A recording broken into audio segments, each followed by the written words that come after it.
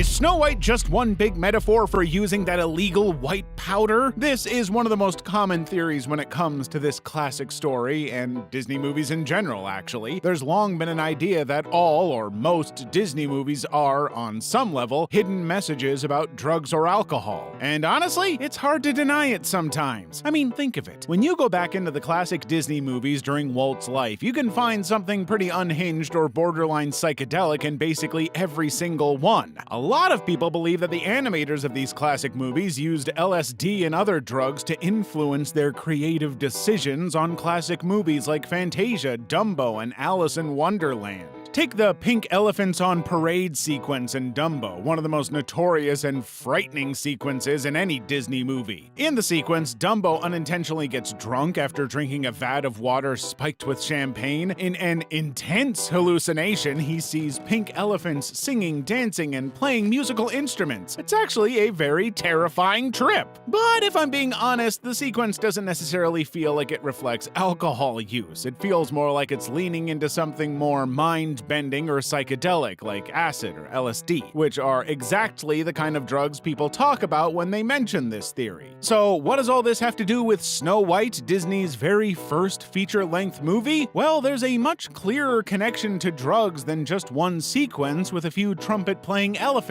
I can tell you that. Just in case you're not super aware of the slang terminology being used in the drug community, Snow White is often a name used to refer to the magical white powder. But before you go jumping to the conclusion that Walt was the head of some kind of mega Walter White-esque powder empire and producing propaganda for children, let's just clarify something here. Walt Disney did not invent Snow White. The Snow White story is a fairy tale told for generations, first scribbled in a book in 1812 by the brothers Grimm, who called it Schneewittchen, literally Snow White in German. So the story predates Disney as a company by over a century, and while the powder was already around by the early 1800s, it's hard to believe anyone was calling it Snow White at that time. So I'm pretty sure we can wipe that one off the list, and Disney can thank me for it. No, Disney didn't intentionally try to link Snow White to the magical white stuff. But while he didn't invent the Snow White story, he and his creative team definitely had a strong hand in fleshing it out into the long-lasting story it's become. It was, of course, Disney who created the names and personalities that would come to define each of the Seven Dwarfs in the cultural mind. And he obviously did a great job of that, since everyone on the planet can name the Seven Dwarfs without having to think too much. But if you really want to find some kind of connection between Snow White and the world of drugs, you don't have to look all that far, because as it turns out, the dwarves represent the kind of symptoms that you often see in people who have been using drugs. Now, the question is a little different, right? The question now is, did he intend to make the dwarves so similar to the symptoms of drug abuse?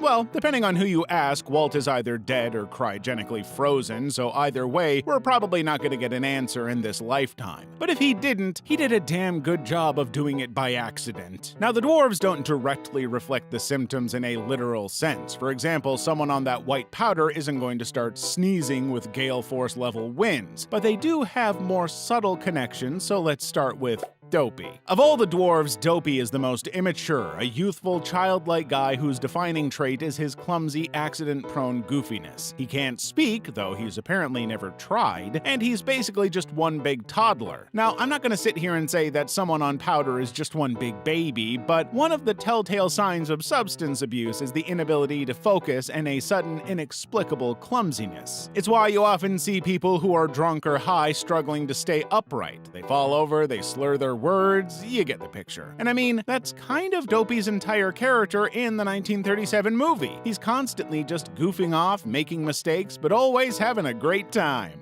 Someone who isn't having a great time is Sneezy. In the movie, Sneezy is described as having hay fever, but his allergies seem to be a heck of a lot stronger than a little bit of seasonal sneezing. He's usually seen having extreme gale force sneezes so strong they can blow people away. Now again, that's not a common symptom symptom of the white powder, although that would definitely be something to make a video about. However, Sneezy could potentially represent another side of powder usage, which is the damage to the nose. It's no secret that long-term use can basically destroy the nose entirely, forcing people to get drastic surgery to rebuild the cartilage. I think it could be argued that if they were inspired by similar drugs, Sneezy was intended to reflect this aspect of it, rather than any clear sneezing symptoms. But then, even if a powder user did get some sneezes, I'm pretty confident in guessing that they wouldn't be gale force strength. Of all the dwarves, Happy is probably the one that most people would want to spend time with. He's bright, cheerful, friendly, always giggling. He's just in a constant good mood, and that is the kind of thing that a lot of people use drugs for in the first place. It's pretty common that a lot of people turn to drugs or alcohol in search of something to pick them up. Maybe they're in a bad place or just need something to boost their mood, but often that's why they turn to these kind of drugs. And often with the magical white powder, that's the big telltale sign. One of the biggest symptoms of powder use is a strong increase of energy and a boosted mood that allows them to do whatever they want to do. Dig, dig with a shovel or a pick.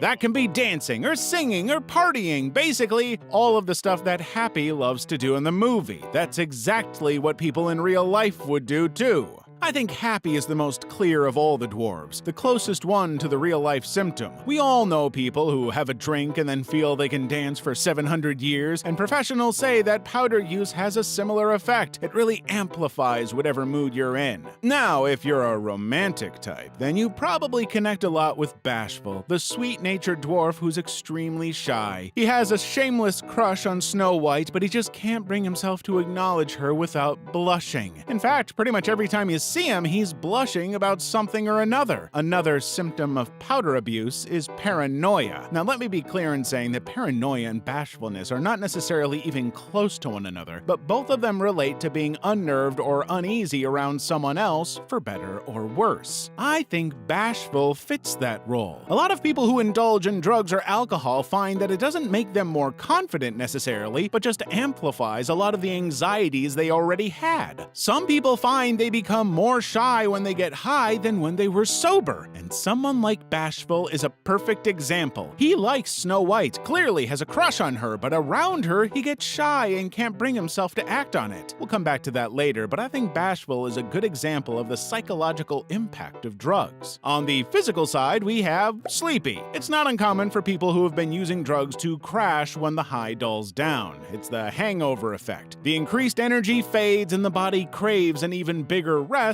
to reset. It needs to sleep. Well, that's Sleepy's entire life. Take a nap. His whole life is a perpetual hangover, and he's just looking for the moment he gets to calm it. Which brings me to Grumpy, another dwarf who seems determined to just shut it all down. Grumpy's role in the 1937 movie is exactly what his name suggests. He's there to bring the mood down. He's there to be negative and miserable, to have a bad attitude, and he does it magnificently. He's the Eeyore of the dwarves, basically. In relation to drug use, Grumpy is basically the same as Happy. People have very different reactions to drugs. While some might end up in a state of joyful euphoria, others might consume the drugs and find themselves spiraling into a bad mood. That is Grumpy in a nutshell. I think he's designed to reflect the other side of the experience, the bad trip, and what that can do to the user psychologically. And what happens if your mood spirals worse and worse and worse, or you end up repeatedly using, hoping for a better outcome? You go to the doc.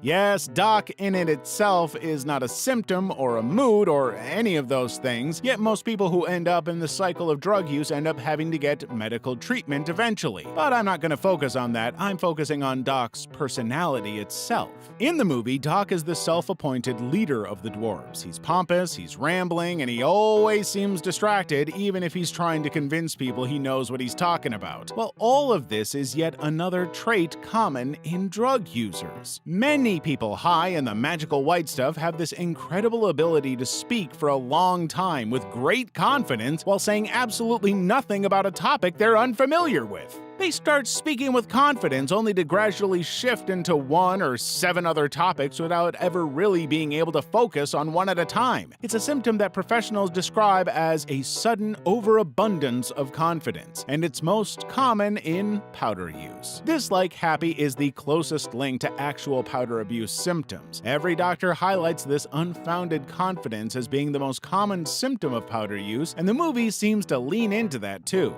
So, what does all of this mean in the context of the story? Well, there's just something interesting about the fact that Snow White literally drifts into the dwarves' lives and makes them all come to life. The metaphor kind of writes itself. The drug wakes up these symptoms. Happy is happier around her, Dopey dopier, Doc is more arrogant, you name it. Snow White just brings it out of them. Now, there's no reason to believe that Walt or his creative team ever indulged in extensive drug use to inspire their movies. In fact, all we know about Walt's substance abuse is that he loved his whiskey and his cigarettes, though the Walt Disney Company doesn't like to talk about that for some reason. But there are some interesting connections between the Snow White story and the symptoms and traits of drug use that are hard to ignore. So maybe there is something there, and maybe it is exactly like I said. Maybe Walt and his creative team created a story in which the presence of Snow White brings out these drug traits in the dwarves. Or maybe it's just a cartoon about a homeless woman who becomes besties with 7 slightly unhinged magical dwarves. I don't know, man.